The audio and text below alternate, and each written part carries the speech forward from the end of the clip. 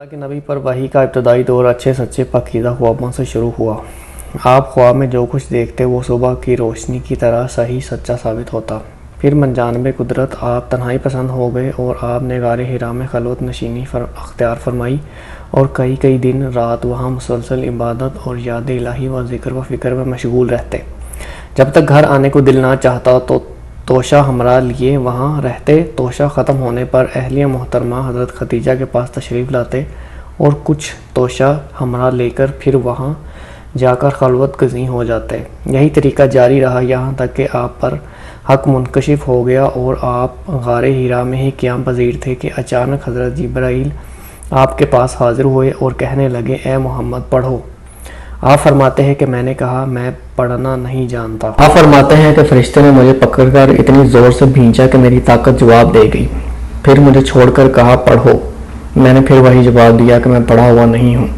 اس فرشتے نے مجھ کو نہایت ہی زور سے بھینچا کہ مجھ کو تکلیف محسوس ہوئی، پھر اس نے کہا پڑھ۔ میں نے کہا میں پڑھا ہوا نہیں۔ فرشتے نے تیسری بار مجھ کو پکڑا اور تیسری مرتبہ مجھ کو بھینچا، پھر مجھے چھوڑ دیا اور کہنے لگا کہ پڑھو اپنے رب کی نام کی مدد سے جس نے پیدا کیا اور انسان کو خون کی پھٹکی سے بنایا۔ پڑھو اور آپ کا رب بہت ہی مہربانیاں کرنے والا ہے۔ بس یہی آیتیں آپ صلی اللہ علیہ وآلہ وسلم حضرت جبرائیل سے سن کر اس کا حال غار حرا سے واپس ہوئے کہ آپ کا دل اس انوکھے واقعے سے کانپ رہا تھا۔ آپ حضرت ختیجہ کے ہاں تشریف لائے۔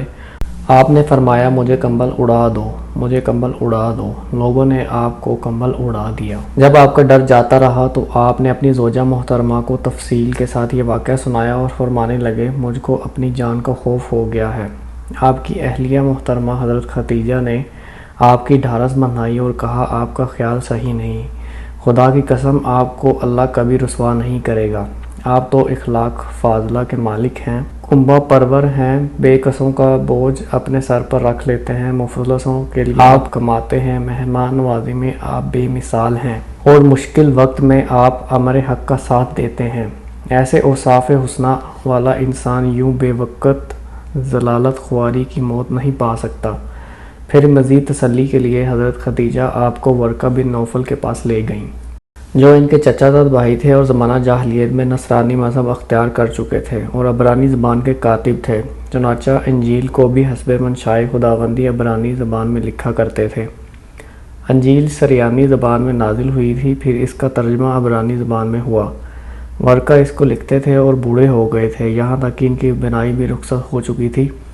حضرت خدیجہ نے ان کے سامنے آپ کی حالات بیان کیے اور کہا اے چچا زاد بھائی اپنے بھتیجے کی زبانی ذرا ان کی کیفیت سن لے۔ وہ بولے کہ بھتیجے آپ نے جو کچھ دیکھا ہے اس کی تفصیل سناؤ۔ چنانچہ آپ نے از اول تا آخر پورا واقعہ سنایا، جسے سن کر ورقہ بے اختیار ہو کر بول اٹھے یہ تو وہی ناموس معزز رازدان فرشتہ ہے جسے اللہ نے حضرت موسیٰ پر وحی دے کر بھیجا تھا۔ کاش میں آپ کے اس عہد نبوت کے شروع ہونے پر جوان عمر ہوتا، کاش میں اس وقت زندہ رہتا جب کہ آپ کی قوم آپ کو اس شہر سے نکال لے گی۔